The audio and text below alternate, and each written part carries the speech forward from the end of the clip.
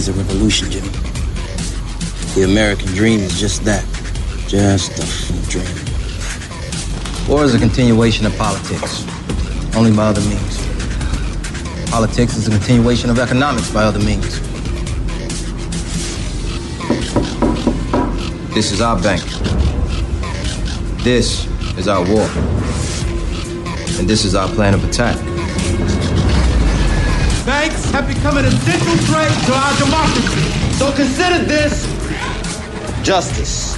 Thank you for listening to Revolution Radio at freedomslips.com, the #1 listener-supported radio station on the internet. Please help support this station so this battle can continue forward. Revolution Radio!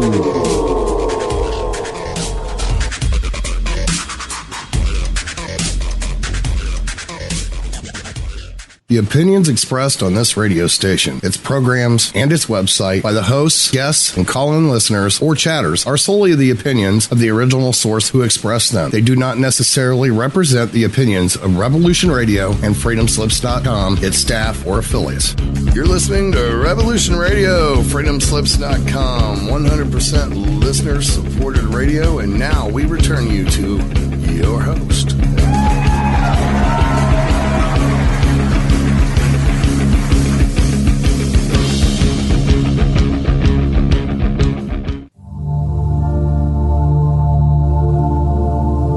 Welcome to Sacred Matrix, a divine paradigm of love and universal consciousness, with your host, Janet Kira Lessin and Dr. Sasha Lessin.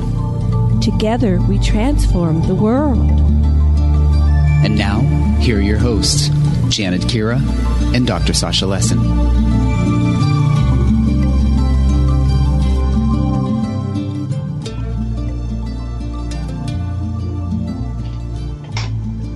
Hello, everybody, and welcome to the Sacred Matrix on Revolution Radio at revolution.radio. And I am your host, Janet Kira Lessin, with my co-host, Dr. Sasha Lessin, and our producer is Thomas Becker. And today we have two special guests, Nancy Tremaine and Kevin Estrella. So we're joined with Nancy Tremaine, who is a lifetime ET contactor and experiencer, and she's a participant in the Hybrid Project and a messenger. She was born in Detroit, Michigan, and is the middle of 5 children. Her father was a hydraulic engineer in the aerospace division of Sperry Vickers. Kevin is a world-class musician of the instrumental band, rock band Pyramid on Mars. And he's also he's got a radio show, which is called, let me see where it is. I've lost it right now. Okay, let me just go down the line here. Okay, so Nancy is a lifetime spiritzer, and she is an alien by nature, human by choice, and is here on a mission she believes she signed up for. She's here to share the downloads and loving messages she receives from Mr., who is a reptilian that has been with her in many lifetimes and in the collective mind. Her main mission is to assist humanity in the spiritual evolution by urging them to come forward and lose the fear by stepping out of their safe zone and complete the contracts that they've signed up for. She spent the past 6 years reaching out to be heard despite the many people that tried to ignore her, hoping she would go away, and despite the many that worked so hard to silence her. These are the very people that contributed to her becoming the warrior she is today. And Kevin has been welcomed into the UFO community after having his first-hand encounter with something not of this world. And he now has begun speaking out publicly and has been featured. He's been a featured guest on, I'm sure it's more than 15 UFO radio talk shows. He's been doing the circuit now. So he likes to introduce guests who have been on board alien craft. So, Dr. Lessin, are you there? I'm here, yes, indeed. I'm looking very much forward to it. Yes, can you hear me? I can hear you, yes. Okay, yeah. So what is really interesting in a lot of ways is what's happening. We realize that once we get past our fear factor and we start looking at the multifarious accounts of contact with the alien presences around us and the Earth and in our near atmosphere and so forth, we realize that they are beneficent, that they are into helping us, that we sometimes freak ourselves out by our own fears, or we go to fearful people who try to shush us. And particularly reptilians have gotten a bad rep because fundamentalist preachers have somehow confused their ideology about snakes and reptiles as being bad, but it's total nonsense. It's obvious that the reptilians, from the point of view of history that I study, the reptilians that are in Earth's atmosphere and environs are concerned to help us survive, and we're all in this together. Our evolution is part of their evolution. We are part of them, and they are part of us. And most of us are multiples, whether we know it or not. That we are simultaneously existing as parts of our soul in many, many different places at this very time. And I can tell you for myself that I have had visions of peace and bringing about peace my whole life, and that's all part of it. And Nancy is going to tell us a lot more about her particular. The trauma comes from people freaking out because they're not used to hearing the bigger truth, and they've been blinded. Okay, that's all I want to say. Blinded, yeah. Yeah, I find that with my experiences that it's more the reaction of the people that I attempt to explain the situation to. That's more traumatic than the experience on board the craft. But let's start with Kevin. Aloha, Kevin. Welcome to the show. How are you today? I'm doing awesome. So glad to be on the show, guys. It's been a while since we last talked. It has. It's been far too long. Well, tell us a little bit about what's going on with you, what's current, and then we'll bring on Nancy. Sure. I've been, there's been a lot of things that have kind of been pointed, or they've pointed things in my direction to help me see things that they feel are very important and that they want me to learn and to teach. And the last... or I think that the last portion of the show we're probably going to end up talking about that because Nancy is completely tied to it.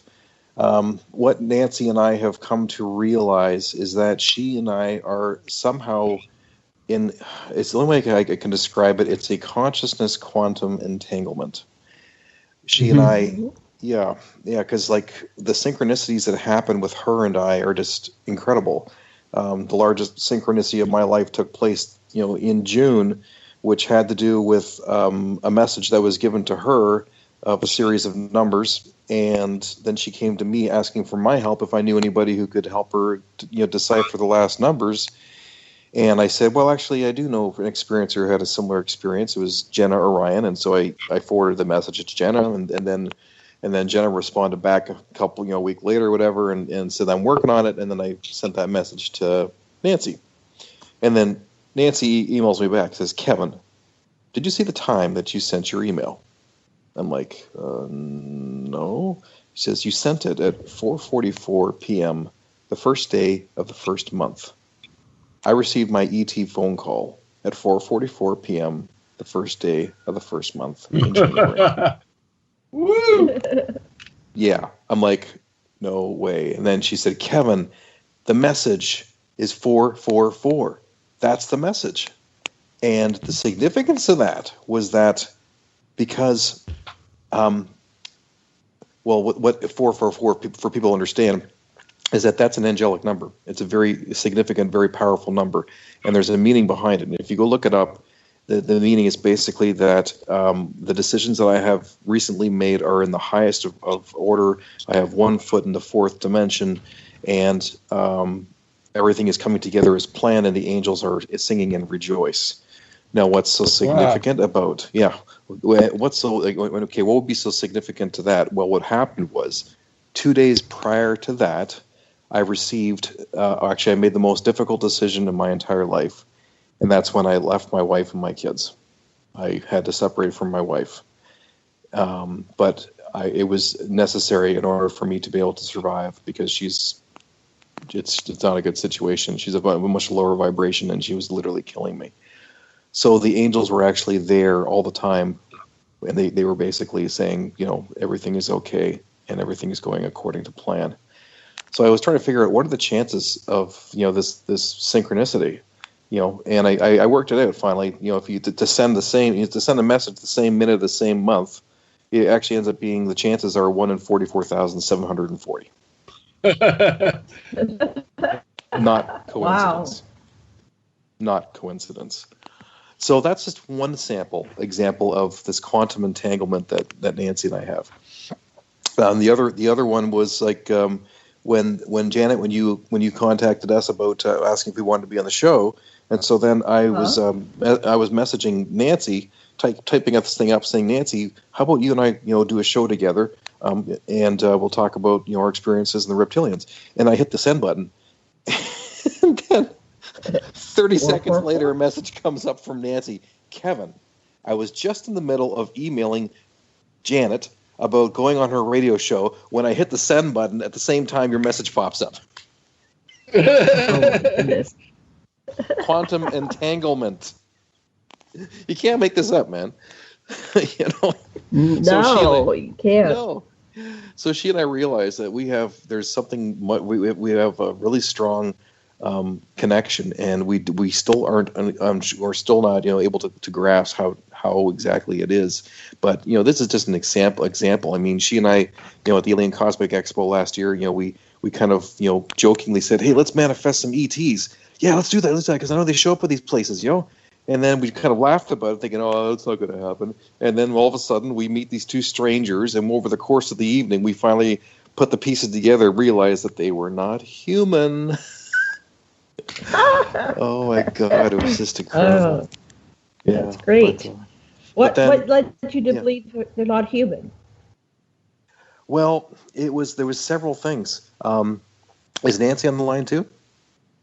Nancy, are you there? Yes, I'm here. Hi, everyone. Okay. All right. Great. Yeah, hi, Nancy. Okay, you can dialogue with us. Go ahead. It's funny when we both tell the tale. So okay. So go back she and and forth. Go ahead. Yeah, so she and I are, we go and have lunch, or we go and have dinner across the street, taking a break from the Alien Cosmic Expo, and then she and I are like, joking around, saying, what, it would be really cool if we could meet an extraterrestrial, right? And it's like, yeah. I said, well, I know Mister's listening, so why don't we both ask for it together? And so we're sitting at a table, and we both did that, and we're walking across the parking lot. And we said it again. We said we really like to have contact at the convention because I know these things can happen. And so we get across the parking lot, and we get in the entranceway, and here are these two people who just happen to have arrived. Like they said, we just got here, and they were very strange looking. They were. I mean, the guy he had his hair was kind of a mess. His beard was unkept. He was wearing a Hawaiian shirt, and he was wearing these pants, and she was wearing these jean overalls over top. Her hair was like she looked like she just woke up. No makeup, no jewelry or anything like that. And they said they just got here. We're thinking, gosh, they really look out of place for a convention like this. Do they know do they realize where they are? And I mean, the guy, he was really talkative and really excited to talk to me and really animated, but she was a little bit strange. Nancy, you want to, because you were talking to her. Nancy, yeah, she was very strange. They had no name tags, and they had just gotten there, and the convention was just getting ready to end. I mean, it was near the end, and she said, "We've come," and she spoke like this: "We've come a long way." And I said, "Are you an experiencer?" And she said, "I don't know what I am." She had no purse. Her hair, he looked like Yosemite Sam, and he was so taken with Kevin. He did look like Yosemite, didn't he? Kevin said. And they were like stalkers. We couldn't get away from them. Oh, that's right. Wow. They kept following us. Careful what you ask for. I know. We ended up meeting Grant. And as we walked into the bar to meet Grant, there they were. They both stand up. Over here, come and sit with us. Come and sit with us. And I'm saying, we look at each other. We're like, oh, no. Help. No. Yeah, they happened to be sitting at the exact same spot where the night before Grant, Cameron, and us and our whole gang were having drinks. So that was another kind of interesting thing. But so we didn't want to be rude, so we came over to them and we were talking to them, and he was asking me all these questions that seemed really almost naive to like the way about what he was asking about experiences and stuff like that. It seemed he came across as like really unknowledgeable, and I thought that was just kind of odd that like the questions he was asking me was almost like a touristy kind of question. Yes. Mm-hmm. And I'm envisioning the away team on the Enterprise. Let's see, what kind of clothes do these people wear? What do they look like? And they get the wrong time or something. They did. So they were like the 70s. Time. Yeah, 70s was pretty close. They were off. We did get away from them, and we joined Grant and Desta and some others. And whoa, we look up, and who's coming heading at us?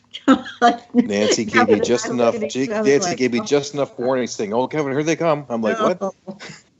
And before I knew it, and as hard as he can, and I mean hard, he slaps Kevin right in the middle of the back. Yeah. Oh, wow. And he says, "We'll see you guys on the ship." But he was so totally serious. And I just said, I was thinking in my back of my mind, this guy is crazy. But I said, no, we'll see you back on the ship. No problem. Yeah, for sure. And I just smiled. I was really polite. Have you had any experiences? Back on the ship? Something might have happened that night. As they walked away, they didn't walk. I was so taken with, he waddled. It was one foot down on the right and then the foot down on the left. It was like a waddle, not a walk. It was really strange. It was really strange. And what I found out was because Sue Walker, when I went to visit her in Albuquerque, and we were telling her I was telling her the same tale. She knew exactly what I was talking about because she said she's met people like that at conventions too. These people who are dressed up like cowboys, and you can still see the price tags stuck to the bottom of their new cowboy boots. So she knew that they were not really, they were trying to pretend to be in. And then she stood up and said, "Did he walk like this when he left?" And then she did the same shuffle. I jumped out of my seat and went, "That's it! That's what he's doing! That's what he's doing!" Now, do you think they're constructed different biologically, that they can't walk in the same way? I think what Sue was saying was that she thinks it could be something to do with the gravitation is different. Yeah, they were so out of place. Anyone who looked at them could see that these two were very out of place. Yeah. Well, there are a lot of strange people that come to these conferences, and when somebody is so out of place at a conference, there must be something really different about them. Mm-hmm. Yeah, for them to be, because we get a lot of normal people too. They make fun of people going to UFO conventions. Yes, on different shows, but we get a lot of this, normal people that are highly educated, professionals, all kinds of people. But wow! But you never were able to get a follow up on that. They just we kind of did get a follow up because it was the Monday when Nancy contacted me on my phone, was like messaging me saying that she was on the phone with Mad Hatter, Christine? A Mad Painter. Matt. A Mad Painter. Yeah, but his name is a takeoff of Mad Hatter. Yeah, but he's a Mad Painter. No, I'm thinking of. you're Nancy, talking about Stone Hobbit. Stone Hobbit. Yeah. Sorry. Stone Hobbit. She was the one who pointed out, that, hey, those weren't humans you were talking to, and it all made sense. Then when she pulled it apart, I started, and then Nancy was telling me, put this together, look at it from this way. And I'm like, oh my God, you're right. And so Nancy and I were so ashamed of how we treated them. We finally realized, oh my God, we asked for contact. They showed up, and it wasn't what we were expecting. And the whole entire weekend, because what happened with me, the biggest thing that happened with me was channeling an alpha draconian reptilian in front of 300 people, and I was telling the people to stop being prejudiced about extraterrestrials and the way they look, and labeling them as good or good or bad or evil versus good just because of their appearance. So that was the message that this draconian. I'll get into more details about what happened there. But and there's so much more, but I don't have my notes. I am very anal. I keep track and notes of every single thing that happens, and I didn't think we were going to talk about this, so I don't have it. But it's actually one of the chapters in my second book, because I keep every day's events, track of everything. I log everything, phone calls, messages. I'll get back to what happened with the reptilian thing in a second. But what my point was that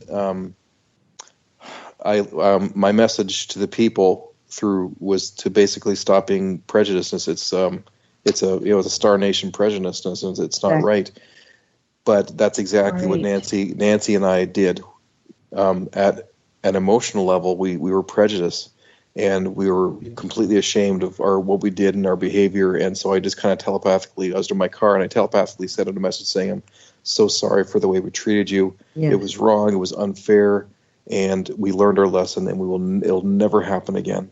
And if you hurt us, please give us a sign." And I swear to God, what happened next? This is what happened. A few minutes later, I was driving my car, and all of a sudden, the sun was out. All of a sudden, it started to hail. This freak hailstorm came out of nowhere, and I'm like, Nancy, I gotta hang up because I gotta keep my eyes on the road. And I hang up, and then after a minute, it disappeared and was gone. And then I look at my phone, and Nancy's replying back, "OMG, OMG, LOL, LOL." I'm like, what? She says, the time. Look at the time we hung up our phone. It was 5:55 p.m. Oh, wow. Which is another angelic message, which means great things are going to happen. Kevin, when he hit you, that's what I'm interested in. How hard did he hit you? Was it painful? Oh, yeah. Was he? No, it was like what a buddy would do to slap you on the back. It was like if we had been old friends for a long time.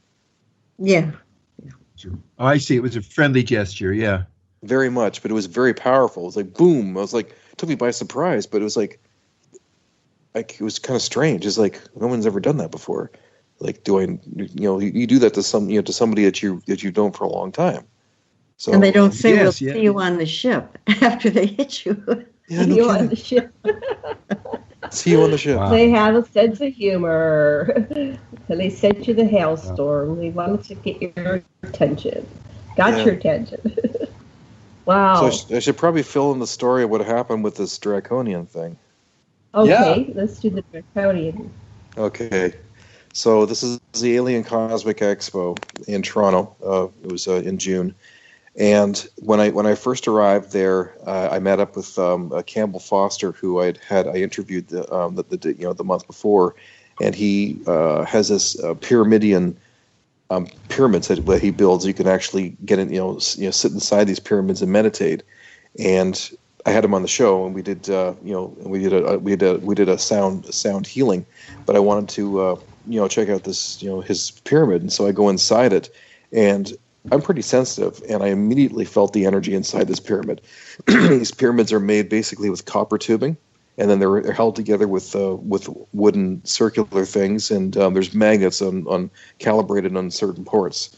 So it was a very powerful energy that I was in, and he was doing a chakra healing on me, and I could feel the energy and this alignment that was taking place. In fact, actually, he handed me a crystal ball, and he said sometimes people can see things inside the crystal ball when they're meditating. And so I'm holding this crystal ball, and it's not quite clear. It's kind of opaque. It's got some little lines inside it, and I'm kind of looking just past it. Just kind of like not directly at it, but just kind of slightly through it. The kind of thing that you would do with those posters that used to be really popular in the 90s, that if you just looked out, it looked just slightly out of focus, a three-dimensional picture would show up. So I was doing that with this crystal while I was meditating. And I swear to God, I saw 4 different zetas appear inside this crystal. Not the same time, but just different ones. It was really cool. Like they were 3-dimensional. They were just kind of looking at me. I was like, whoa, this is pretty wild. And so... the energy I felt in this pyramid, it felt like a waterfall from the top spilling down and just kind of spreading out the floor underneath me in this alignment of my energy chakras. But I was getting really dizzy. It was getting really powerful. I said, Campbell, I got to get out of this thing. I'm getting really dizzy. And he literally had to physically pull me out of the pyramid. And I'm just kind of standing there, and I'm really, my mind is...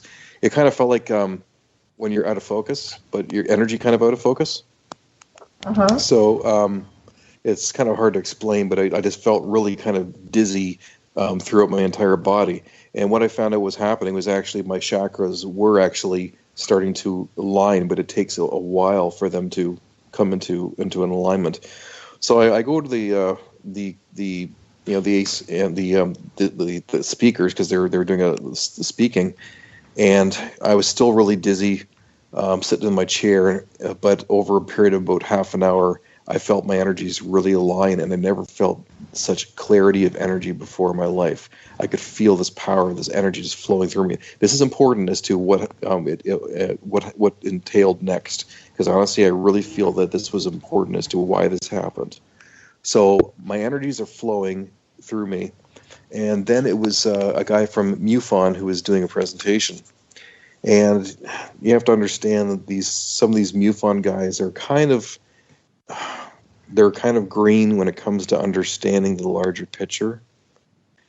So he was talking about it was a case he was working on with a woman and her daughter in Burlington, this abduction case. And then he had his PowerPoint presentation. They were showing a bunch of pictures and stuff. And then he said, then I asked, when I was talking with his daughter, I asked her to draw some pictures. And you should be careful what you ask for, because look what she drew. And then he puts up this picture. And it was of this red reptilian, kind of looked like, almost like the swamp monster from the 50s movies, but he was completely red, and he had large wings. And for some strange reason, even though I had never seen that before, I knew with absolute 100% certainty, I knew that was an alpha draconian reptilian. How did I know this? I don't know. It's just one of those things, like a download, like a knowing. You know what I mean? Something that you've never known before, but you just knew when you saw it. It's really hard to explain. I think it might have been a download, or it could have been something from the Akashic Records unlocking of a memory of mine. So I recognized it, and then he started going on, describing it, talking about nightmares and gargoyles, and starting comparing this, this picture that she drew of this reptilian to gargoyles and nightmares. And I thought, oh my God, I can't believe you're just doing that. It's like that is so prejudiceness. And I was really upset, and I felt inside myself like I wanted to say something, but I was kind of holding it in, at this point. But I felt this energy coming through me. And then he did his presentation. He was talking about other things, and then he kind of came back full circle again and started talking about angels and devils. And then once again, he pulls up the picture of that reptilian. And at this point, I was pretty, I was upset, but I didn't want to say anything. But then all of a sudden, it was almost like this voice inside me said, well, if you're not going to say something, then I'm going to. And then he came in. Wow. It was like, the only way I can describe it was, that point, like when you've been really sick, and that point of, like, just before you throw up, that point of no return. Right. That's the only way to describe it. Like, basically, there's that point of no return where it's coming up and you can't stop it. That's exactly how this physically felt. He came right through me, and then I put my hand up in the air and said, excuse me, and he had to stop the whole thing. And there's 300 people here right now. And I started talking to him, I said, I said, you cannot talk about, such and such. And then as I'm talking to him, my voice starts really getting really low and dropping like this. And I'm talking to him like this. Okay? And I've never talked like that before, and I was surprised I was talking like that. And when I decided to speak in front of 300 people with the cameras rolling, and then I felt this physical transformation taking place with me. My face changed. My face felt different, and then all of a sudden I could feel between my shoulder blades. Well, actually, I felt my back expand. I felt like my back was 3 times larger than it normally is. I felt huge. I felt massive, and then I felt between my shoulder blades. I could feel something really sticking out and heavy. I didn't know at the time what was going on, but I felt really big. I felt physically big. And I'm talking to this guy and explaining to him that, I said, this is an Alpha Draconian. These are my people. You cannot call, label somebody, a good or evil or black and white to paste, based upon what they look like. This is how we look. This is who we are. And I said, these are my people, and there's many of us in the room right now, and we are listening. And then he just shit his pants. He just said, okay, I'm done. See you later. Bye. And he just closed up his presentation. And then I'm like, also keep in mind that while this was happening to me, it was consciously, I think I was about 25% there and 75% was him. This mm-hmm. But it was both of us speaking at the same time. And I think honestly the reason why this happened was because of this chakra alignment, because my energy was so in line. It was kind of like I left the door open, and the white light was kind of shining through the door, and he just kind of kicked the door open and sat in my seat. He's like, this guy's so lined up, and his energies are right. He's of a high vibration, and he disagrees with what this guy's saying too. I'm just going to sit right in, and that's what he did.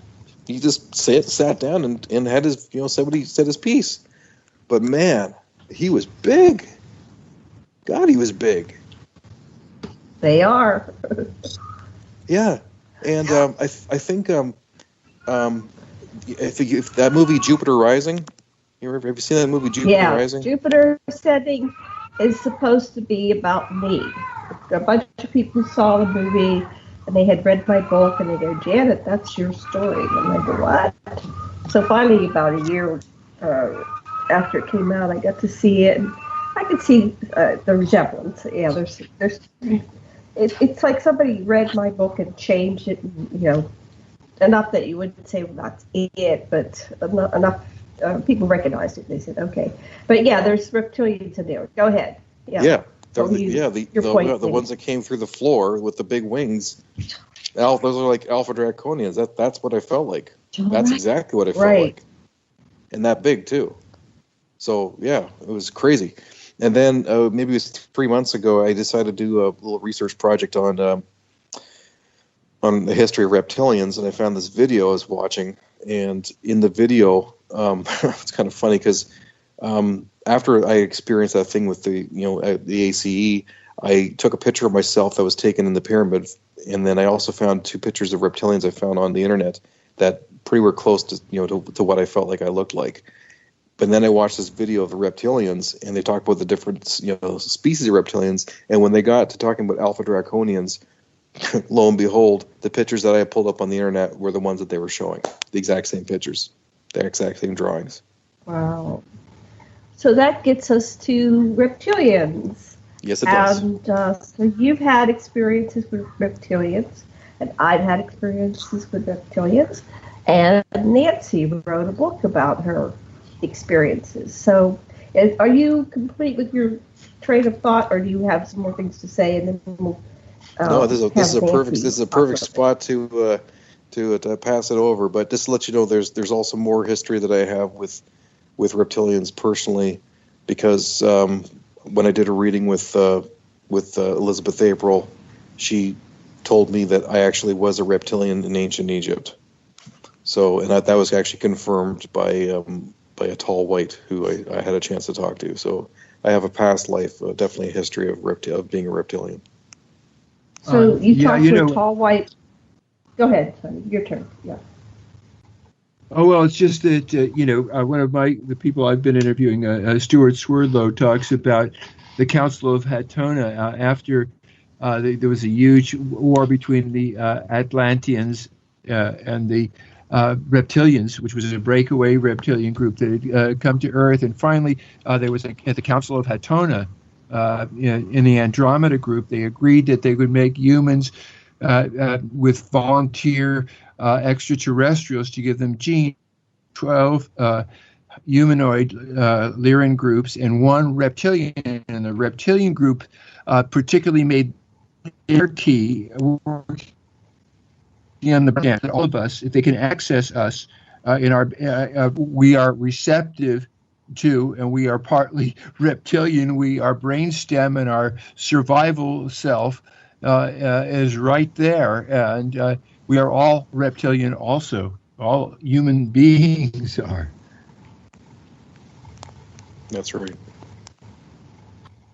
So, Nancy, hi. Hi there. Are you ready to address this issue of reptilians? Yes. I wanted to talk about my book, Symbiosis. Go ahead. What do you want us to know? Well, first of all, the definition of symbiosis. It's a mutually beneficial relationship between two different organisms. And Symbiosis, the book, is much more than my 50-year secret of my abduction in 1961 when I was 12, and more than the past 6 years of high strangeness, including missing time, giving birth to my hybrid son in 2012 when I was 62, messages, examinations, but as David Chase has so eloquently stated, and he has a chapter in this book, and he did the cover for this book also, he sees symbiosis as a process by which the reptilians are introducing themselves to humanity. And it's also a testament to just how difficult it is to step forward and share this information with family, friends, and even other experiencers. There is a dirty little secret, this unspoken competition. I have literally had to step over people to be heard. And this, too, is one of my missions, paying forward what I call him Sir Grant Cameron has done for me by publishing my book. I want to help others to be heard. There are so many new experiencers, and they are aching to be heard against so many that refuse to step aside or lose their place. And many may not like what I have to say, but I'm not here to make friends. It's more important that I speak the truth. And it has been hell getting here. As Michael Melton, who also has David Chase and Michael Melton each have a chapter in the book, very important chapters. And as Michael Melton stated in his chapter, that I have experienced bizarre and strange so many bizarre and strange things that I've actually lost sight of how the world works and where I fit in. But I have successfully worked through most of my issues, and I've created a new world view. And I've integrated my abductions and involvement with the reptilians so well that I'm actually working with them in an effort to help develop an understanding and a relationship built upon cooperation and sharing. I continue this process of integration, which is called symbiosis. So I wanted to get that out of the way.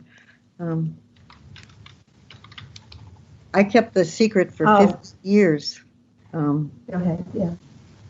50 years I never spoke about that incident in 1961, not to anyone. There was a close encounter in July of 1961. It was a daylight sighting, and for 20 minutes the chief of police took phone calls. It was summer between 6:05 and I was returned at 10 minutes to 9. But the memories I did carry those 50 years are clear and vivid. They involved my girlfriend Cindy. We were both 12 at the time. We met when we were 9 years old. her father, neighbors, and 2 police officers. We watched as a beam of light came down and immobilized a car, which I would find out 50 years later was Officer Martin Cohn in an unmarked car. So that meant there were 3 police officers on the scene. I'm still in contact with Chief Begall. I have recorded all of our phone calls. I have, he's 97 now, and we still continue to speak. He just did an interview with we did an interview with the Detroit Historical Society, which they have refused to release. But I have it recorded, and I did send it to Linda Moulton Howe, and I have a transcription of it, and it's in my second book. Anyway, I never understood why I couldn't remember what had happened, how I got home that night. For 50 years, I wondered, how did I get home? And why so many nights I spent staring out of my bedroom window saying, please come back and get me. I realized that I was programmed to forget. And then I was reprogrammed to awaken September 1st of 2011. And that is when I met Dr. Wellness and started, went through the 5 regressions. And I was programmed at that time to, like I was saying earlier, to keep track of every event, every phone call, every message, to take pictures, to take videos. I have never had a diary in my life, but they programmed me at that moment so that if anyone tries to challenge me, I have all the phone calls, all of their emails, all of these people who made my life hell. You know, wow. Mm-hmm. Doubt. I wanted to touch on doubt because it's so important. No one has tried harder to disbelieve or discredit me than me, especially when it's your family telling you that you're crazy. I've removed all of them from my life, and I would have never been able to write this book if they had been in my life. Never.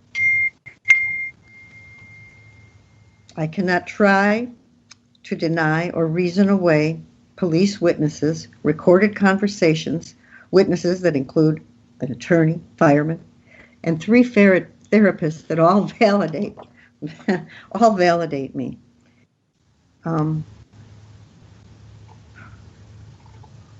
When I was awakened, I would have never been able to share in such detail and keep track of everything.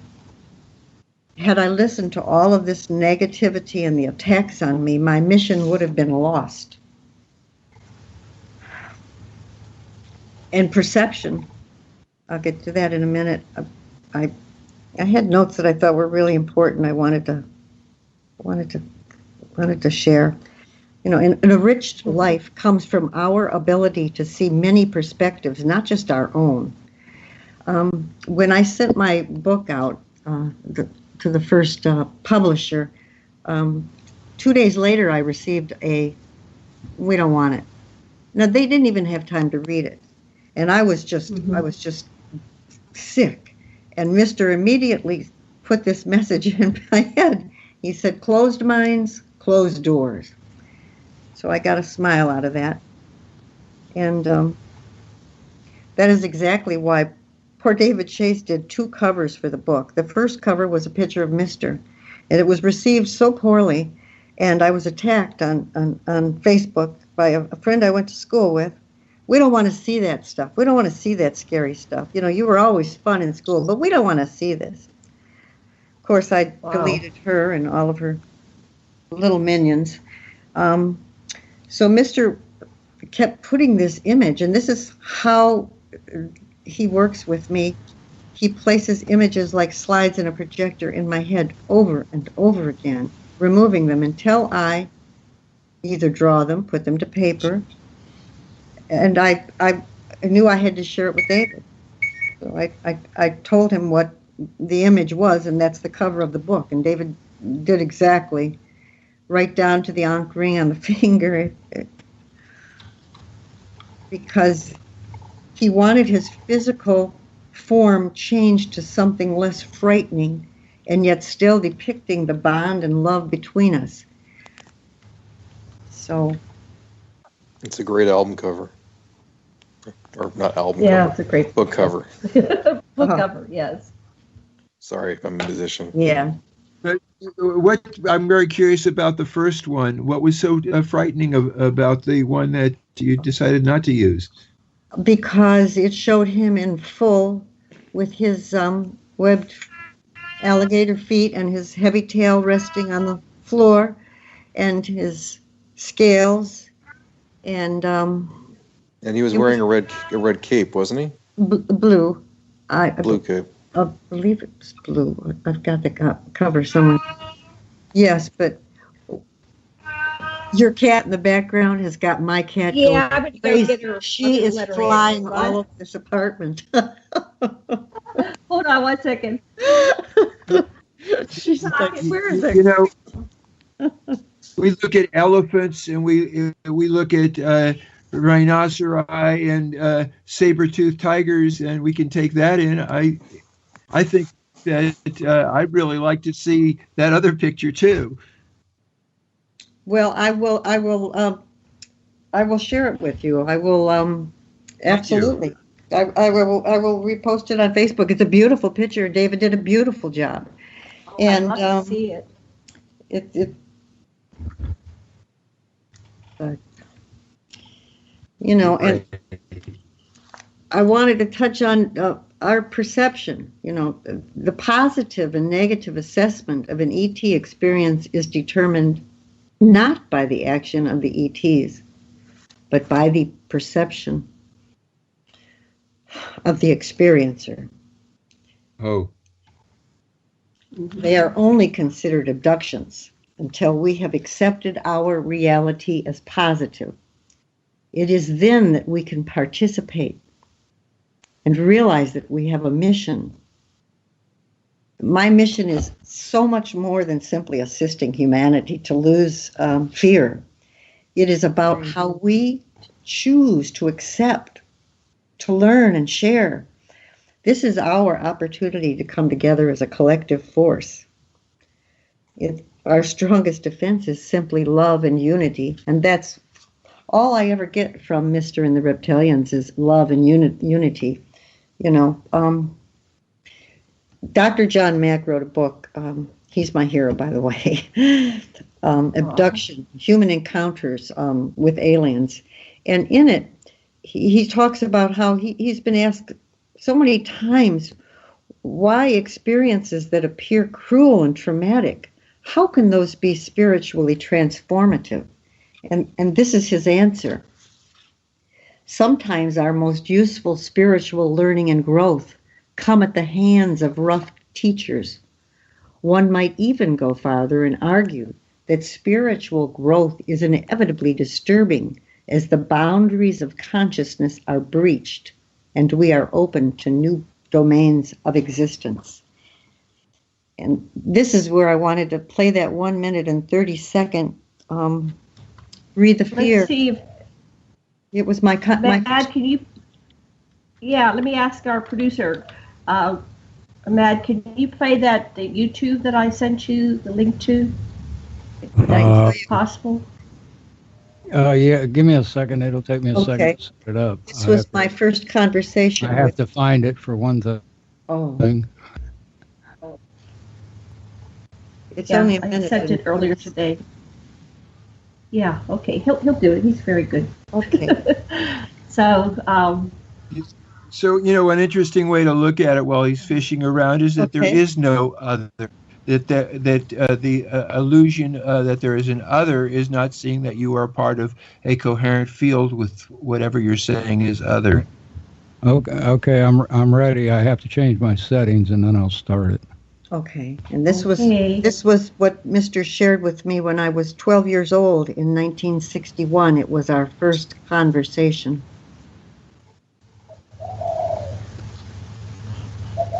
just bear with us.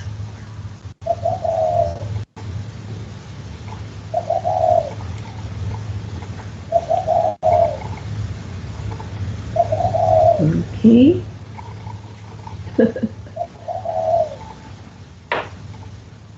Very peaceful. This is our meditation, waiting for this to start. My cat's looking for a bird now. I know. Everything comes through. I live in a jungle, can you tell? Y'all couldn't hear it? Oh. No, we didn't hear it. Oh, darn. I can't do it because my Skype updated just before the show and kind of messed me up. I have to go back and redo it. Oh, darn. Well, I have it up on the website. He can't get it to work. It's not going to work. Okay, well, I will. Let me try it this way and tell me if you can hear it. I was going to say. Okay.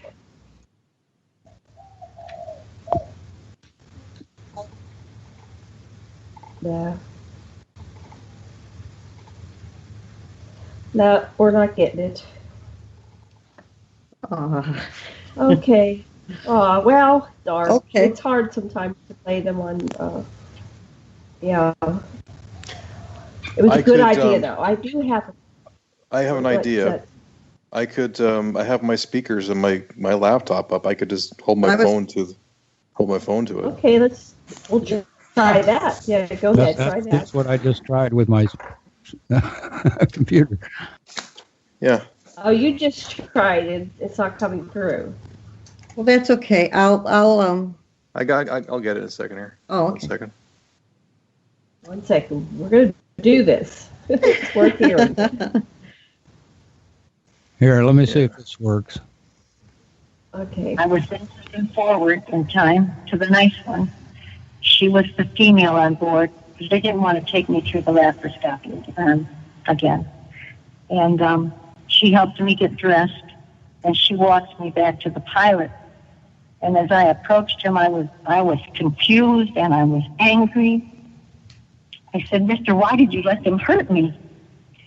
And he said, "Your pain was perceived." And then I was infuriated. He told me to learn to expand my perception and find the positives in each perception. If we are abused, then we will perceive our reality as a negative. Through love, we are able to perceive our reality and find that it is so. Everything and everybody is peripheral to our universe and our reality. If we can conquer the concept that we are all part of one energy, the concept of unity becomes obvious to us, and we no longer fear the unknown death, because whatever we are always who we are. Turn on all your positive sensors. Believe in your ability to grow and change. And then he put these words in my head. And he told me to put them to paper. All memories are packed and taken with us in each new life. When the load becomes too heavy, we travel or become, and he put quotations, light knowledge energy. Did that work? Okay. Yes. That worked. Yes, we heard it. And that is wonderful. And that is how we communicate. He is he's light knowledge energy. I don't see him in physical form. In fact, I write about that in the book. I only remember seeing him in physical form as a reptilian when I was 2 or 3 years old.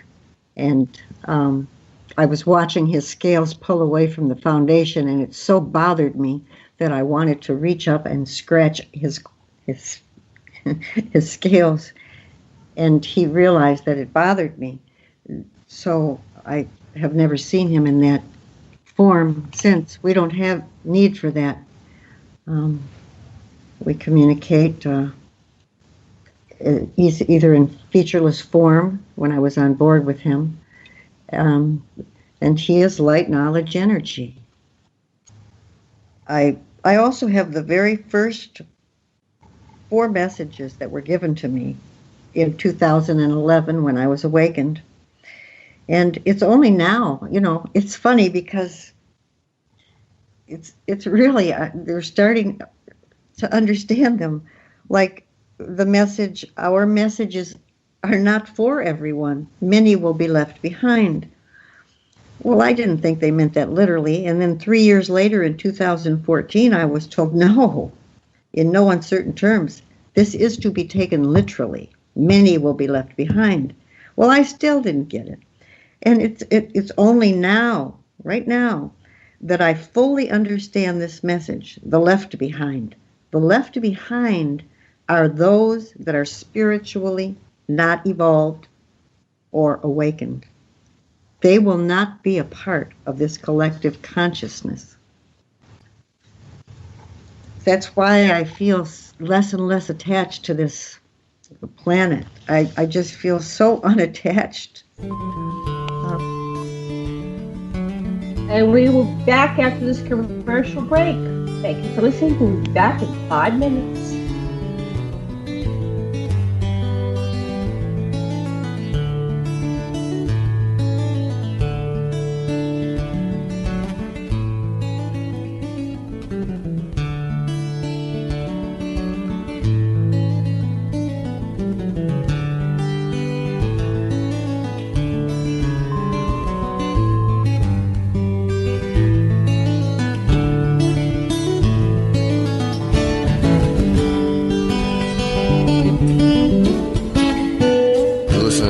Radio at freedomslips.com, and we'll be right back after this message.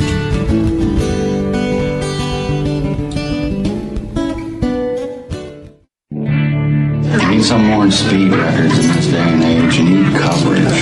Coverage? Oh, you mean them little root weevils that crawl around popping off cameras in your face? Those root weevils write history. Many of you know that quote by Jack Nicholson in A Few Good Men, "You can't handle the truth." Well, you can, and Event Horizons will give you those truths. So when you're mad as hell and not going to take it anymore from that memorable CNN network, you'll know just what to do. We will draw you in and become your news addiction at Event Horizons. Join us Monday through Friday from 10 a.m. to noon Eastern Time at freedomslips.com. Revolution Radio. Our world team members are Dennis Fetcho, John Ilias, David Dunger, Hyla Cass, MD, Melanie Richton, Jim Mars, Paula Harris, John Trallo, Maria Payan, Christopher Husser, DODDS, Jonathan Orchard, and me, your anchor, Dr. Robin Falco. If you decide not to volunteer, it will not be held against you in any way. Sounds dangerous. It is. Very dangerous.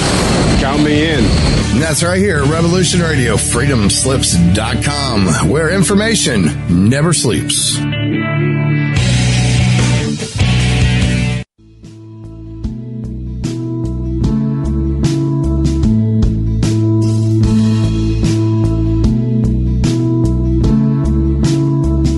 Is your data safe? Do you have the necessary information to assist you in confidently living through just about any survival situation? Is survival and gardening, off-grid living, medical knowledge, or even natural or man-made EMPs on your list of personal concerns? Do you have your documents and your personal information in a safe place in your hands where you know where it is? Well, check out our preloaded EMP-proof thumb drive. Over 3 gigs of survival documents and how-tos, plus the USDA offline food preservation website, and much, much more, including a surprise bonus we just can't tell you about here. With plenty of room left over to store your most important documents. Imagine if a megavirus or a computer failure took out your bank, or all the banks for that matter. Are your banking records safe in your hands? So when they get things fixed and repaired, you can say, hey, look, this is what I had. You have it. I want it back. Is your personal data safe? Family records, addresses, phone numbers? Well, squeeze on over to freedomslips.com. Yes, that's www.freedomslips.com. Click the banner on the homepage for the EMP-proof bullet drive to get the full scoop of everything that we offer. So, folks, keep your data safe for your peace of mind. Revolution Radio, freedomslips.com. You don't need to expect us. We're already here.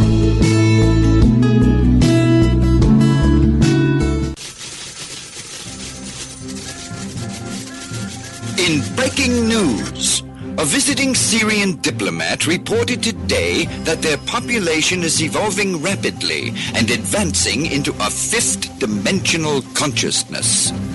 They are seeking peace with all cosmic cultures, which may mean that the Earth will be asked to join the prestigious Galactic Federation of Light Alliances. Please join Debbie West and Michael Hathaway on Lost Knowledge, Saturdays, 3 p.m. Eastern Standard Time in Studio A, for the latest breaking news on the Star Visitors' peaceful contact and the ongoing project of cleansing the Earth. This is the people's war. It is our war. We are the fighters. Fight it then. Fight it with all that is in us. And may God defend the right. Warning! Warning! We gotta stop them! They're gonna kill us all! See how the trouble you've started? Be they the government, be they industry, be they organized labor, be they anyone, or human beings. Time when the operation of the machine becomes so odious, makes you so sick at heart that you can't take part. You can't even passively take part. And you've got to put your bodies upon the gears and upon the wheels, upon the levers, upon all the apparatus, and you've got to make it stop. And you've got to indicate to the people who run it, to the people who own it, that unless you're free, the machine will be prevented from working at all. Revolution Radio at freedomslips.com, the #1 listener-supported talk radio station, throwing ourselves upon the gears of the machine. Revolution Radio, where information never sleeps. You called down the thunder, well now you got it. Right, you tell them I'm coming, and hell's coming with me, you hear? Hell's coming with me! Revolution Radio.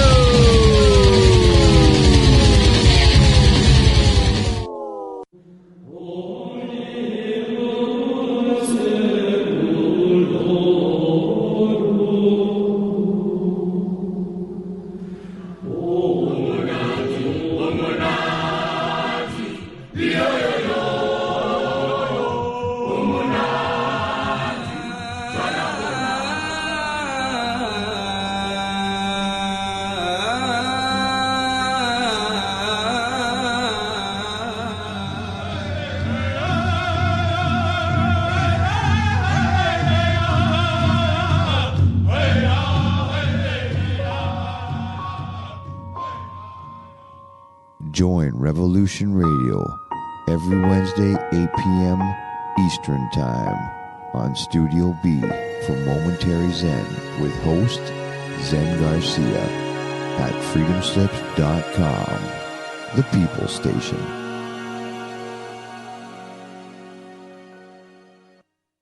The opinions expressed on this radio station, its programs, and its website by the hosts, guests, and call-in listeners or chatters are solely the opinions of the original source who expressed them. They do not necessarily represent the opinions of Revolution Radio and freedomslips.com, its staff, or affiliates. You're listening to Revolution Radio, freedomslips.com, 100% listener-supported radio, and now we return you to your host.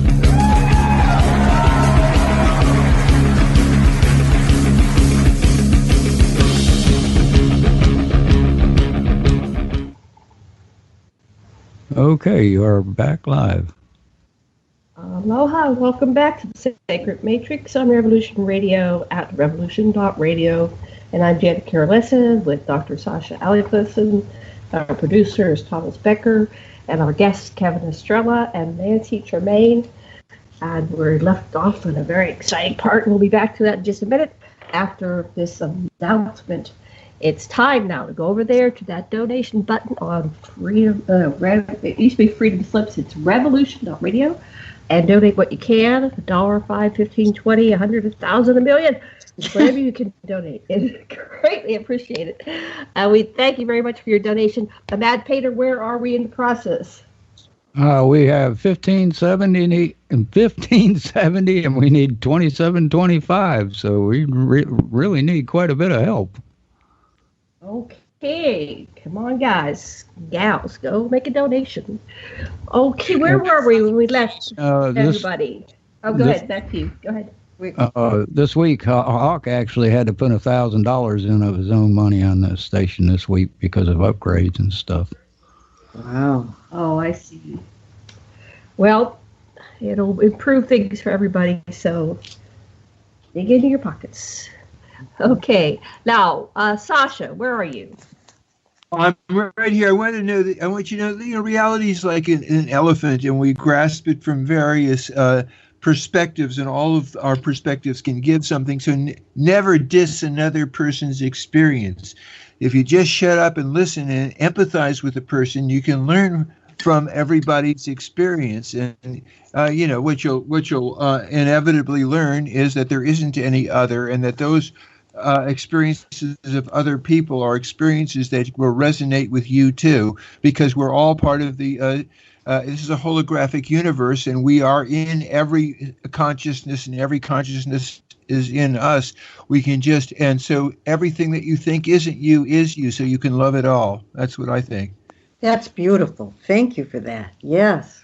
I'm glad you brought that up about the holographic universe, because that actually ties into the message that Nancy was given to, and she was directed to give it to me. We'll probably get to that later on.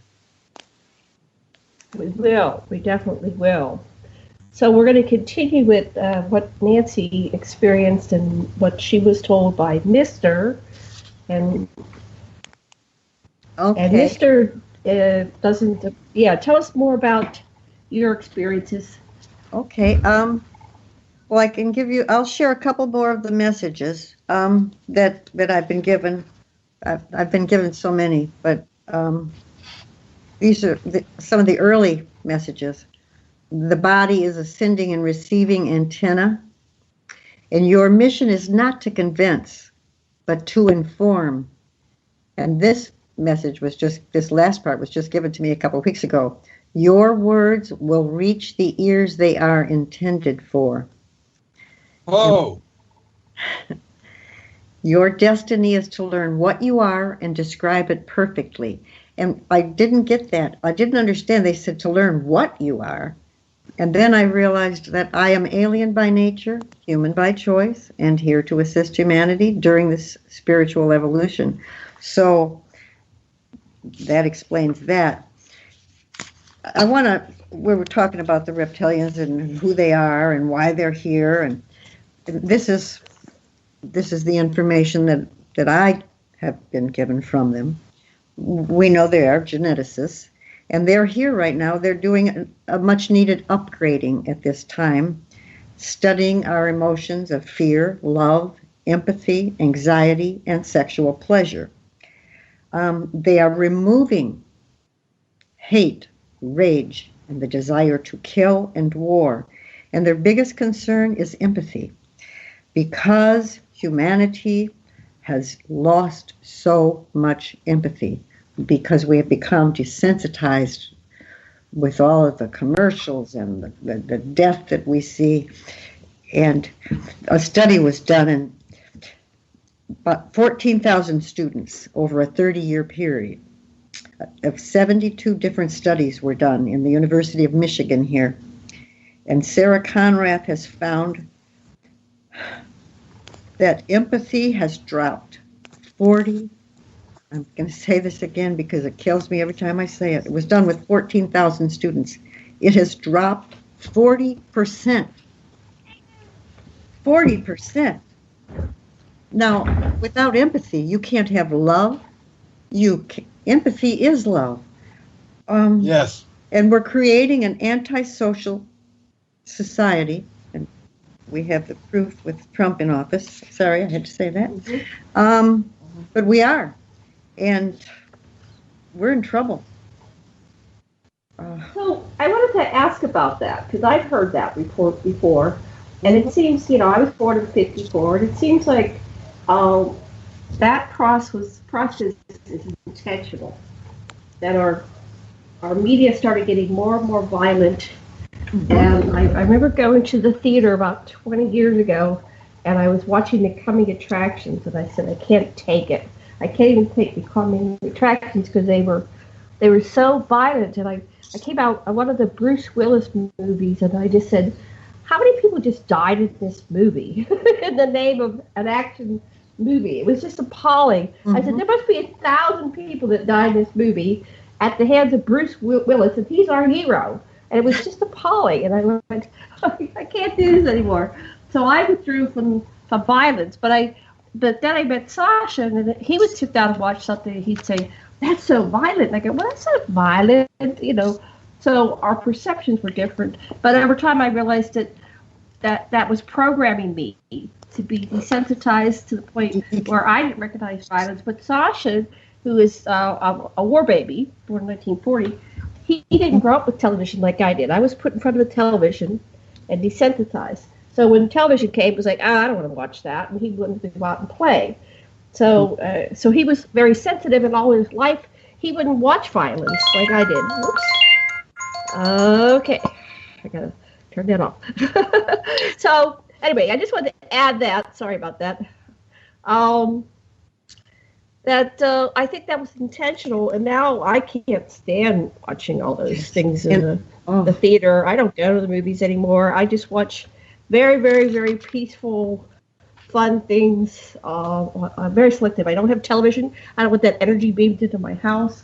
I'll watch Netflix and things like that, but I won't watch all that gratuitous violence. I hear you, and you know, when that happened in Hawaii, I thought of you both right away, and my heart went out to you. I cannot imagine in my wildest dreams what both of you were going through, and I'm so sorry that you had to go through that. Yeah, it was surreal, but you know, there's stories coming out now that there actually was a missile launched. Yes. I went and said that it was one of our own. You know, I got to download that night. I was so upset about the whole thing because you don't know. You know, it's just the last. Literally, you're counting it down. It's just the last 15 minutes of my life, right? Yes. And in Oahu, where there's a couple million people, they were just jumping out the freeway and leaving their cars, and you know. And so where do you go? Where can you even get in 15 minutes? You're going to be in gridlock. So it was just horrendous.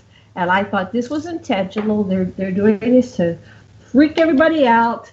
It was. Absolutely. My download was, download was, it's one of ours. This is number 911. Yep. Go ahead. Absolutely. Oh, boy, I'm so glad you said that, and you've got the guts to say it. Absolutely. It was planned. And how many people died of heart attacks? You know. Oh, Christ. People were crashing cars. It was some celebrity was here in Maui. She said the phones went off, and she was outside of a hotel, and on the street out front, she heard a loud crash. You know, just from people responding to this text that said, "This is not a drill. Incoming missile." Oh, you know, 15 minutes to get to protection, and there's no system in place here, and there really isn't a system. Where are you going to put all these people that are, underground? You gotta feed them for weeks, months, years? Nah. Oh, and then the hotels and different businesses, they were sending everybody outside of the building. They said, "You gotta leave now." Oh, jeez. You gotta leave outside. We don't want you dying in our store. Right. Yep, not on our watch. Oh, Lord. So talk about lack of empathy. Yes. Yeah. This is scary times. But they are, I would talk about the positive now. We'll get back to some positive. Yes, we got the last half of the show. Let's talk about the positive things. So I think that I have angels. I have had so many situations in my life like that where I should be dead, and I have angels, I have guides. Yes. And how do we know what we're doing?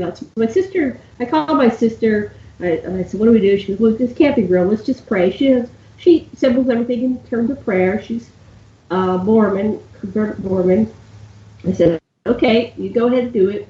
And then, within about 15 minutes, we got the That was a false alarm. Now, how do we know what we're doing affects or doesn't affect anything? These are all different multiverses. Are we, by our thoughts and deeds, shifting into another reality, into another multiverse? Nobody can prove it or disprove it. Exactly. But I have proof. Go ahead. Tell us, Kevin. I have proof. Should I start now? Mm-hmm. Yeah. Sure, your turn. Okay. This ties together once again with Nancy and I because, as I said, she and I have this strange kind of quantum consciousness entanglement. It's the only way I can describe what happens. Thursday, November 29th, I'm at work. It started at 3:30, and I work in a marketing company, and we work on behalf of companies to, book appointments to, for their reps, their agents, their sales reps to go out, and we're working this one campaign, which normally is it's a no-brainer. Because the product doesn't cost the company any money, and it's going to save them 65% on electricity bills. We book a lot of appointments, but all of a sudden, first of all, luckily I was able to get people on the phone in the afternoon, but all of a sudden it was like every single phone call was save me money, not interested, click. Save me money, not interested, click. And I'm like, what the heck is going on here? And it happened 4 times in a matter of half an hour. Now, first of all, to be able to get that many people on the phone is one thing, which it doesn't happen. But the second one, for them to all say no, and then it wasn't just me, but it was like several of the girls on our team were all experiencing the same thing. And I'm thinking, oh my God, what the heck is going on here? It's like I stepped into another parallel universe. Oh no. They want me to do something. They want me to do some research. This is a sign. This is a message. I knew exactly what it was that they were pointing me towards. And so I go home that night, and I spent the entire evening doing research on the Mandela effect, because I had already heard about the Mandela effect. Elizabeth April's talked a lot about it. She gives a lot of examples, but this is going to be the time when I actually really went down the rabbit hole. So, I'm sure you guys probably heard about the Mandela effect and how many things have changed now. Should we give a history of what the Mandela effect is to kind of get people up to date? Yeah, go ahead. Yeah, okay. Yeah, give it a Yeah, so basically, it all started with about Nelson Mandela, and how Nelson Mandela he died in 2013. He got out of prison and he became president, and he died, I think it was 2012 or 2013. However, there is a mass amount of people. We're talking like hundreds of thousands of people, or possibly millions, who remember him dying in prison in, I think, like the 1990s. And it wasn't just like it was like a missed memory. We're talking about people who studied this stuff in school. They did presentations on it, and it's like there's 2 different realities that are coexisting. There's one where he died and one where he didn't. So this Mandela, it became coined the Mandela effect, where there seems to be 2 different realities that are coexisting at the same time, and there's residual evidence of a past timeline. And several movies have changed now. I mean, like Forrest Gump. Life is like a box of chocolates. You never know what you're going to get. Well, that's what I remember watching when I saw the movie.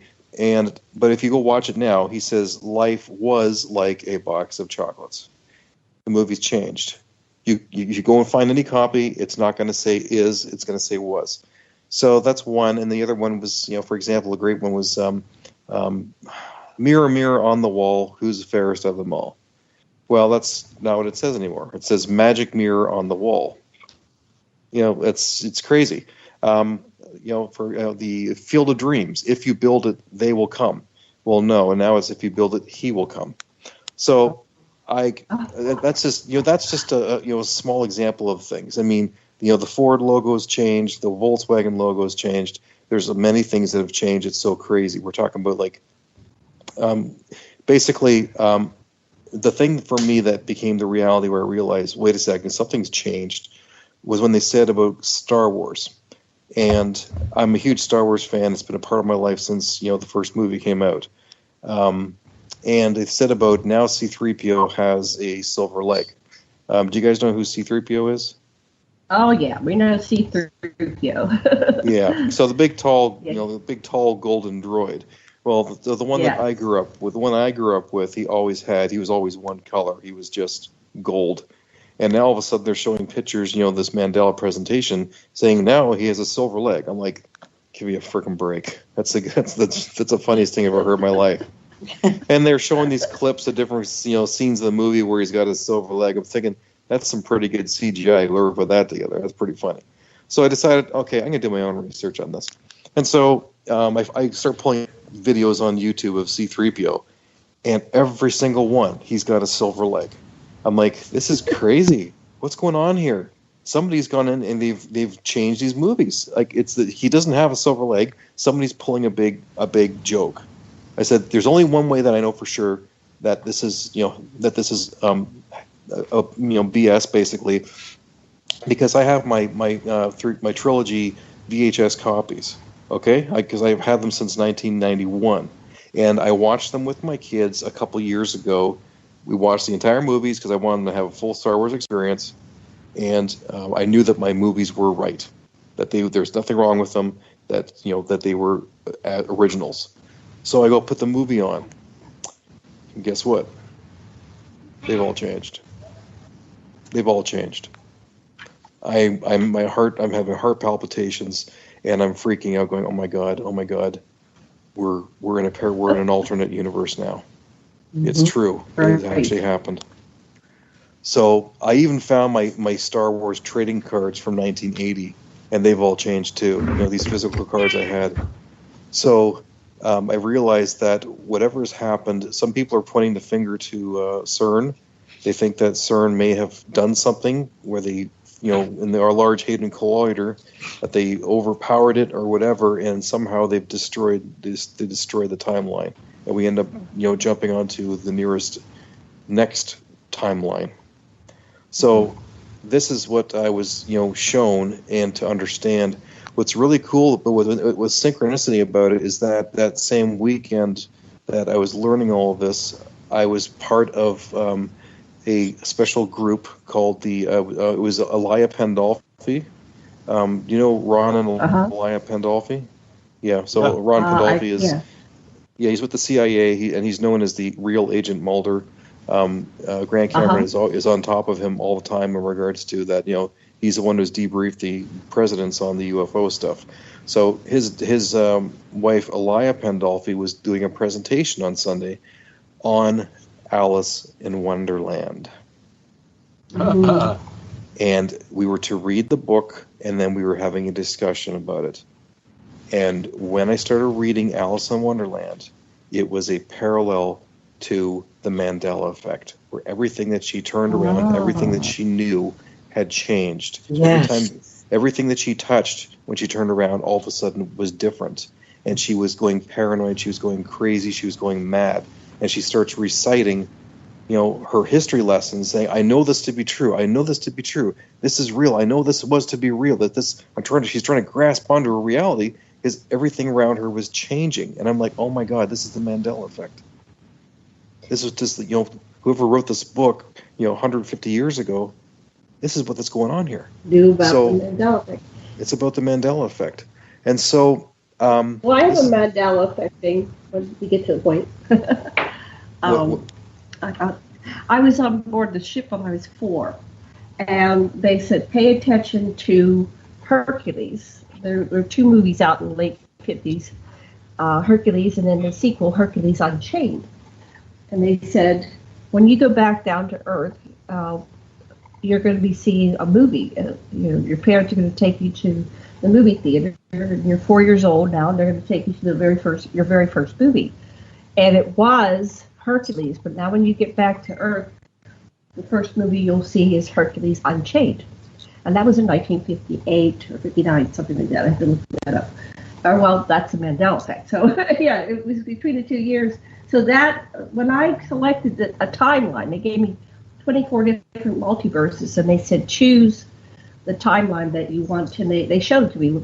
The first was absolute destruction of the whole planet. It blew up. And then there were 24 variables, going from extreme dark and destruction to utopia. And then they stopped and showed me images, and they said, which one do you choose? And I said, well, I choose, it was like the third one from the most total bliss. I didn't want total bliss because I thought we'd have nothing left to do. So I wanted something for us to do. So I said the third one from the most blissful one. They said that was done. So they were going to return me, and they told me about the Mandela effect before it was called the Mandela effect, and that I had changed the timeline. Now, of course, by 1963, it was the 20-year anniversary of the, what do you call that, with the ship, the Philadelphia experiment. And every 20 years, the biorhythms of the planet align. So they were launching it again. That was the CERN of those days. And they shifted the timeline because we were on a positive timeline. So we went to the one where Kennedy soon after was shot by November of that year, and then the other Kennedy and Martin Luther. So somebody, the powers that be, whoever, the Illuminati, the Cabal, whatever you said, took it and put it into a negative timeline. But yeah, these timelines exist, and time is not how we know it. And what's where Nancy kind of fits in with this is 12 days after I was sent down the rabbit hole, I get this email from her, and I guess we can read the email now, Nancy. Yeah. Okay. The message. Yes, this is really weird. I keep my pad, paper, and my pen always ready, and this is the first time that this message is being aired, by the way. We've hung on to this message until this point. No one else has heard this. Wow. Thank you. No, yeah, you're hearing it first. Yeah, and I'm reading this, and this is why it was so difficult. I grabbed my pad of paper, like I always do, and I saw this scribbled writing. It just like terrible, and I knew it was my handwriting. I knew I wrote it, and it had to have been done the night or the day before because it was now 11:30, so this was written on 11:20. I sat on this information 11:29 12 days. Yeah, I didn't send it to Kevin until 12:10, 12 days later, because it. Here it is. It's titled "Realities or Illusions." Realities or illusions are a part of the delusion we've created. We are living a delusional illusion of our making. We are all players in this fictional theater we perform for our creator's amusement. Existing for our audience. The stage is set at birth, and our performance has begun. Then I look, and there's a circle. And it says, this is the womb that gave humanity birth. And within this circle, I find these words written: enlightenment, consciousness, energy, life, knowledge, love, light, sound. But outside of the circle, this is where the enigma is. Outside of the circle are the words in parentheses, the what is. Okay, Kevin. So Nancy sent you that said message. They're watching us. They're watching us. Is that what you said? They're watching us. Well, it's outside. Hang on a second. Let me just find that letter. Like Nancy was directed. She said, "I have no idea what this means." I was. She said, "You are the only one I have shared this with because ... I am directed to." So this message was sent to me, and then Nancy said, "Kevin, they told me that you were to learn this and you were to teach it." So I'm like, no pressure, but because I don't get it. I mean, I'm like, what? Well, I knew exactly what it was about. The realities or illusions. I'll read it again. Realities or illusions. Realities or illusions are part of the delusion we've created. We are living a delusional illusion of our making. We are all players in this fictional theater we perform for our creator's amusement. a muse existing for our audience. The stage is set at birth, and our performance has begun.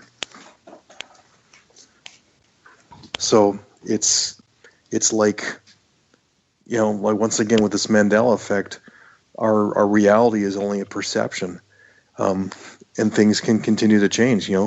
There's these theories about this quantum holographic universe, that everything around us may not even exist. This just may be like some huge, computer program. Mm-hmm. And the program can be rewritten or changed, and the different pieces of it changed until people wake up and realize that what they think time is not stagnant. It's not finite, and that the timeline has switched, has changed, and may continue to change. And the only thing that's true and real is our consciousness. And when we awaken our consciousness to realize that our consciousness can choose our reality, we can alternate. We can choose our own reality and what we want in life. And we create our reality. We create our reality, and when we're able to all focus together at a higher consciousness, that we will be able to completely, choose the world that we want. Right. So that's the key. That's what they don't want us to know, that we're creating this, and we're in total control. That's why they keep us in reaction, fear-based, like what is reality, what isn't reality, questioning, and ultimately buying the propaganda. So who is that? It's us. Sasha always says, you're doing polarity thinking. Go ahead, Sasha, explain about that's we are exactly everything in the point. continuum. As long as you think that you are different from the creator or the divine play, which we call Leela, you're not realizing that it's you who send the message as well as you who's receiving it. That it's a spurious dichotomy at the level of creativity. And so the Mandela effect, anthropologists are used to this. The Joes and the Johns have different histories. The psychologists know that the same sequence of events is totally different to different people perceiving them. And it's obvious that one of the explanations for the Mandela effect is who's perceiving it and when they're perceiving it. And so there is this flexibility of divine play as long as you allow yourself to be it. When I thought of the a missile coming to Hawaii, I thought of what Dustin Hoffman said, "Today's a good day to die." And little big man, yeah, that was actually the chief. The chief went up to the mountainside. He said, "Today's a good day to die." And he laid down in the meadow to die, and Dustin was there to witness him. And then it started raining on his face, and he goes, he's sitting there, and the rain's coming on his face, and he finally sits up, and he goes, "Well, I guess today's not the day I'm supposed to die." And they walk back down together. It was a great scene, but I know, I had that thought too. It was all part, all these thoughts are going in a million miles a minute, like, okay, well, I'll be dead, and that'll be fine too. I know there's no end really, but it'll be, there was curiosity. What's that going to feel like? What does it feel? I overthink everything. What does it feel like when you get blown to smithereens? Okay, what if I don't get blown to smithereens? How long will it take me to die from the radiation? I mean, I just had all these thoughts going, like, oh, geez. So did it go that in was all slow in the motion? 15. Did things? It seemed like the time was frozen. Yeah. Yes. Yeah. I know it was trauma amazing. causes that effect of things going into slow motion, and I thought, wow, that must have been the longest 15 minutes of existence.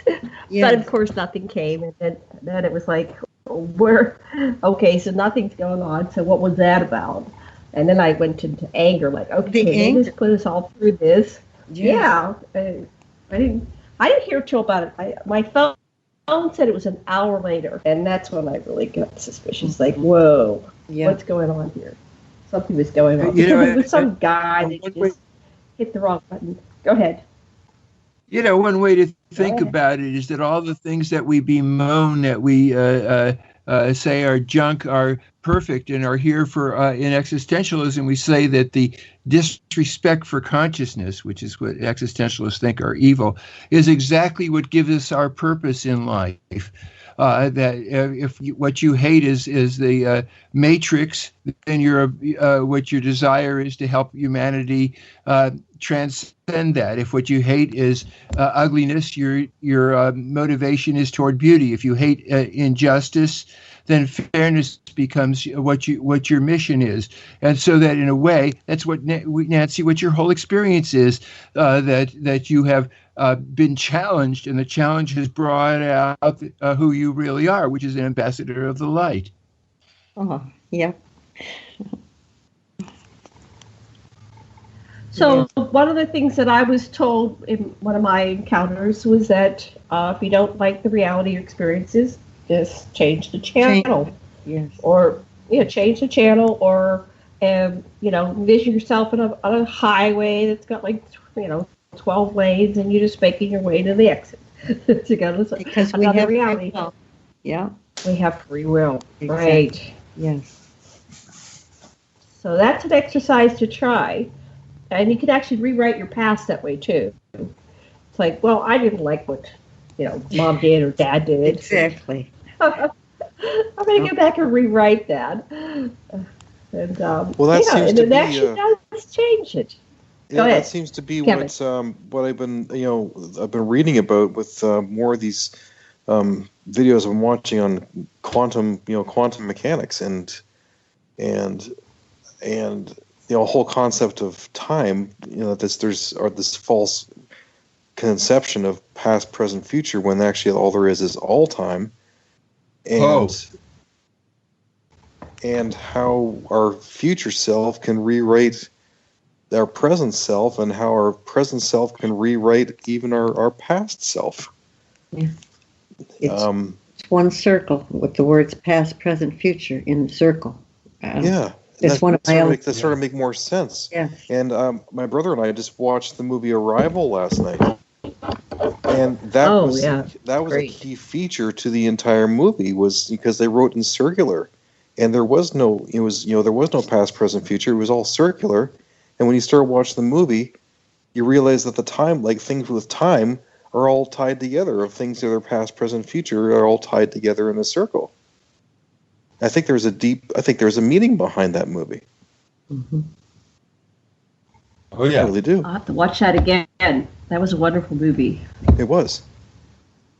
But when I finally saw it, I was like, oh my God, this ties into what we're looking at right now. What Nancy's been shown, and what they're trying to show me, and this timeline's changing, and the past changing, and it's like, what are they trying to tell us? Well, they are speaking. Well, earlier that same year, I had a dream, and then I didn't dream the next night, and then I had part 2 the next night, so it was like a 3-day process. And it was arrivals, but instead of just the 12 ships that appeared over all the major, 12 major cities, it was some kind of ship appeared over every city, everywhere there's population. So there wasn't anybody on the planet that didn't see a ship hovering in space, in their skies, everywhere. And you think about it, there are enough ships to cover the whole grid here of the Earth. This Earth is not one of the bigger planets, and so that's what they did. It was like the grand reunion, and everybody was there. And then later that year, I go, oh, there's the movie I just dreamed about in February. So that was interesting. Actually, that's one of the illustrations in my book. Is I was made to draw, and it's a picture of me standing amid a sky filled with every shape and size and color of ship and orb and rod, and I feel an overwhelming love. And I had sent that illustration and a letter to Ann Eller, who was a researcher and author, And she got back to me right away. I never thought she would. In fact, she worked for a short time for, and I want to say Bud Hopkins. I think it was Bud Hopkins. And she got back to me and she said, Nancy, that is a universal vision. So that validated what I'd done. But yeah, the sky was just filled with, and the feeling was love. Just, they'd come to get us. It's what I, it's how I felt. Yeah, it did feel extremely loving. I have these dreams that just like take over my whole body. It feels like I've been soaking in love all night, And I go, wow. You sure it wasn't the dip? I'd like to stay in that. Was it what? The dip? Her husband? No, the dip. Remember Radar dipping John Polk in the dip? Oh no, I didn't hear about John Polk's dip. Yeah. Okay, we have about 15 minutes left, and what would you like to tell our listeners so we don't miss anything? Boy. I wanted you to talk about Dax, about your kid. Okay, we can do that. Well, this is really weird. I've just realized this a few days ago that I was pregnant for Drax when I went to the 2012 UFO Congress. Less than 2 weeks pregnant. And he was taken April 15th, and it could have been the 14th or the 16th, but I believe it was the 15th. Things were really weird at that time. I knew the second that I got pregnant with Drax, I was having sex with the guy that I was dating, and I just met him, really. And I said, I'm pregnant, and it's a boy. Kevin laughs because this is what a mood killer. What a mood killer. But, and I knew I was. And sure enough, my stomach, and there's pictures, you've seen the pictures of my stomach. And my stomach is pretty flat, and it doesn't look anything like that picture. And it was Easter Day. I was visiting I had spent Easter Day with family. This is when I still had a daughter. And I stopped at Tom's house, who was my best friend, and I have a bedroom at his house. Anytime I want to live there or be there, that bedroom will always be there for me. And I thought, and I keep clothes there. I thought, I'm just going to spend the night at his house. He wasn't home. He was with his girlfriend. I think I'll just spend the night there. And I went into the bathroom, put on my pajamas, and my God, I couldn't believe my stomach, so I started taking pictures. And I sent one to who I call Sid in the book, and he couldn't believe how big my stomach is. You know, when you're pregnant, how the baby drops and you all of a sudden you're. Well, I was big, and they took the baby a week later, because that was Easter, and it was about a week later, the 15th of April, and I woke up and my stomach was flat, and I asked them repeatedly, and they always answer questions when I ask them. And I said, how did you get me pregnant? First of all, I was 62. Second of all, I'd had a tube ligation. And I was shown an image. The image was put in my head of how they did it. And it was a large wooden bowl with a spoon, a large spoon making stirring motions. And I was to understand that Drax was a combination of Mr., Sid, and myself. And I thought, my God, why did they pick Sid? I just couldn't believe they picked him. And I said, why did you take my baby? And they said, and they used these words, we claim him.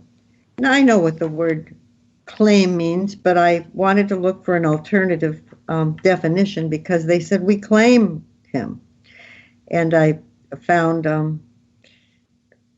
the words, their property. And I knew when I was pregnant that I wasn't going to have this. This wasn't going to be a child I was going to be, walking around carrying. And I asked them if I could please see my son. This was very important. Okay, you've got him, but I want to have visiting rights. And I was granted that. And the first time I was on board ship and got to see him, he was being handed to me by what I now and then realized was my daughter. And I didn't even know I had a daughter, but I recognized her as mine. This is my daughter. And this is my daughter from when I thought I was pregnant, and it was a false pregnancy in the 80s. And I recognized her, and she was beautiful, and she was very human looking. Tall auburn hair. And she tried to hand me Drax, who was in a bundle. And even though I couldn't see him, I could see that his head was large and misshapen, and I knew his back was hunched, and I was mad, and I didn't want to hold him. I backed away. I was repulsed, and I was angry, because I had expected this beautiful, I don't know why, but I had expected this beautiful child. So I didn't get to hold him, and I didn't hold him. And after that, I cried, and I cried, and I felt horrible. And I said, please give me another opportunity. I promise to love him. And it was important that I bond with him. So I awakened to, it was about, 1 o'clock in the afternoon, and I was putting on makeup.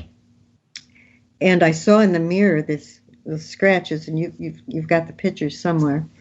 And they were red and infected and horrible looking. I didn't know what they were. And I called Dr. Wellness, Harry, and I said, oh my God, oh my God, oh my God. There are 2 scratches on my chest. They're red and infected, but there's no feeling to them. They're not there. I kept rubbing as hard as I could. But when you look at the pictures, they're raised. And you can even see where it looks just like a little claw had started and then drug. And I asked them, what was that? And they gave me the image, and I drew it. And it's in the book. And it's me breastfeeding Drax. We were bonding. And that was a gift from them. That was a gift that let me know that I had bonded with my son. Wow. And I still get emotional. Yeah.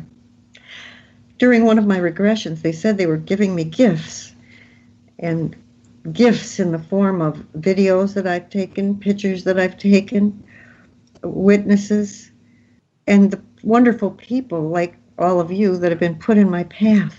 And you're all the meant-to-bes. I call you all the meant-to-bes, because you've all been placed in my path to get me to where I am right now.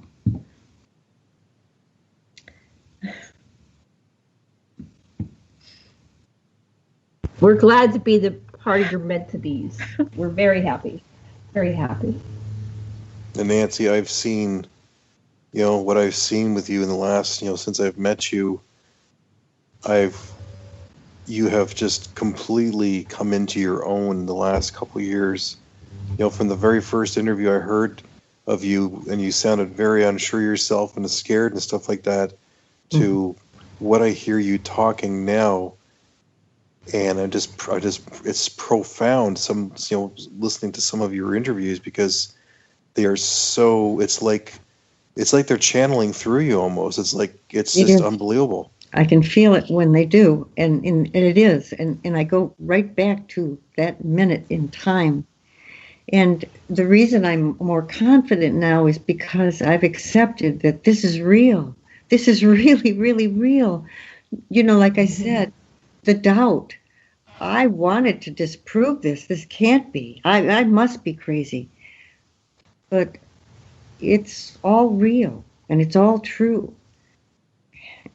Yeah, and you have tremendous gifts of being able to say everything in exact same words over and over again.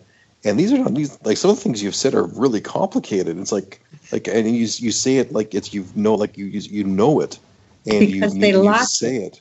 Yes, yeah, certain things are locked in my head, and they're locked in. Yes, and you say it with such energy of authority, and this is the message. You need to hear this message. Absolutely. But this message is not for everyone because many will be left behind. And I know there are women out there that have just heard me talking about that, and they relate, and they're going through this, and I want them to be able to come forward and share their stories. I don't want them to suffer in silence. This is how we heal, in telling our story and sharing and validating one another. So please come forward. Yeah, the hybrids are really our big hope. The hybrids are here, and a lot of them are grown up, and a lot of them are among us right now, and they're the people that are going to really take the lead out of this time of chaos into the Aquarian age. These hybrids are our future, our hope. I'm glad you brought that up because I didn't finish this. I'm all excited now. Yeah. That's okay. Drax. When I was upset that Drax wasn't what I thought he was supposed to be, and it's the only time he's ever, and he didn't yell at me, but he was very authoritative. And he said, Drax is exactly as he was meant to be. He is a thinker. He will make many wise decisions as he is a judge of sorts. And every society needs judges. Now, see, that was a locked-in message. And that always comes out in that way. So... Yeah, we just think of Hawkins and how much he's contributed. And he looks like he's crippled. It don't matter what you look like. It's the soul. That's what I think. Exactly. And this is, yes, everything is judged on what we weigh, how old we are, everything. Get past all of that and look into the person, into the soul. That's going to be the most important thing in the next couple of coming years because people need to change their perceptions in regards to star nations, and that they have been waiting a long time for this time to come because we're their newest sibling who's ready to come and be joined with the family again. But so many of humans need to get over their fear and their prejudiceness and their judgment, and I'm so it really concerns me when I watch videos of Steve Boucher and that's got like 600,000 hits, and all these Christians who are saying, oh, he met with the Greys. Well, all aliens are nothing but fallen angels and demons. I mean, who's this guy? Steve Boucher? How do you spell that? Steve, Boucher. Boucher. He lives 35 minutes away from me in St. Catharines. Oh, wow. His encounters are incredible. I sent you his information, by the way, because we're definitely going to interview him. But he did a small video. He did a video presentation, and it just went completely viral. It's gone 600,000 hits so far. Wow, it's crazy. He can't believe what's happened.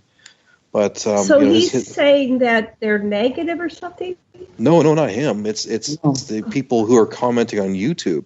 Oh, okay. It's everybody on YouTube. All these Christian fundamentalists. They all say the same thing. There's something there to look at. Like, what do they get out of the negative? People like to be scared. They like to freak themselves out. What do they get out of that? That's something we'll have to maybe explore in a future show, and help people understand. There's something that they're trying to work out in their subconscious that they project it on everybody everywhere. And they can't believe it that somebody's having good experiences. So, yeah. Okay, we're almost out of time. I'm going to pass it to you two. You got about 2 minutes. It's your floor, Nancy. Go ahead. Oh, okay. Well, By Symbiosis. Yeah, buy the book. Buy my book. Yeah. I just want to thank everyone for this opportunity and listening, and I'm just so glad that I have you all in my life, and I appreciate it. And Kevin, I don't know what's going on with us, and I don't know what the next chapter is going to bring, but There's a lot more for us to discover and explore. We've only just begun. Seriously, it's going to be interesting. Yes. And Kevin, your show is Pyramids on Mars. That's the first Tuesday of every Pyramids on month? Mars UFO. Yeah, Pyramids on Mars UFO Radio. But everything you can find at my website at pyramidsonmars.com. That's pyramidsonmars.com. And we're going to have Kevin join us on Tuesdays on the Ascension Center, or whatever we decide to call that show. Go ahead. Who wanted to say something? I gotta drop it. It's in the middle of it. Okay. Thank you. Aloha. Aloha.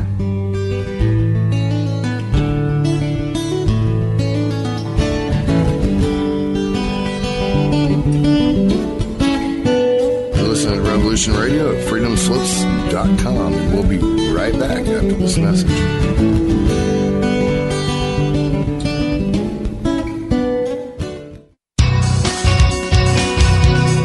Thank you for listening to Revolution Radio at freedomslips.com. Any commercial advertising you may hear in this program is of the sole discretion and benefit of the host of whose program you are listening to. Revolution Radio does not endorse any commercial products, nor does it accept monetary compensation for on-air advertising of commercial products, nor will it ever. We are and shall remain 100% listener supported. Any product advertising on this program are considered used at higher risk, and Revolution Radio shall not be held liable for any claims or damages received from any product advertised within this program. Revolution Radio, where information never sleeps.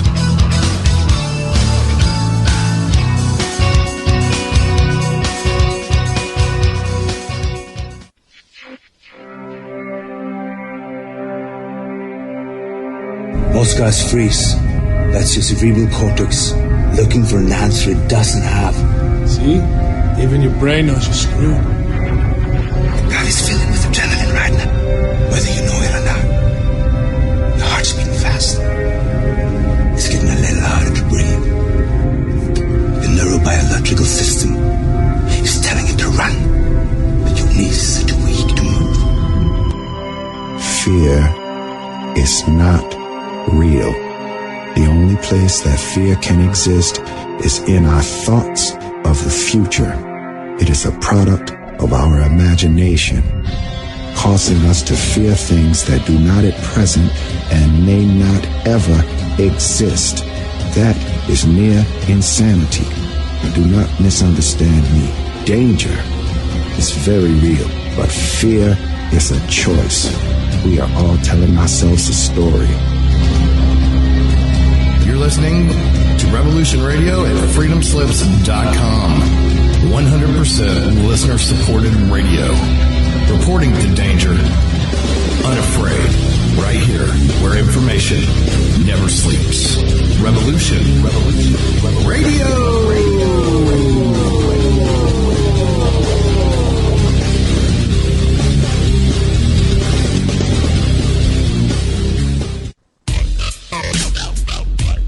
Take a look around, kid. What do you see? Homes being foreclosed. People working 2-3 jobs just to put food on the table and still drowning in debt.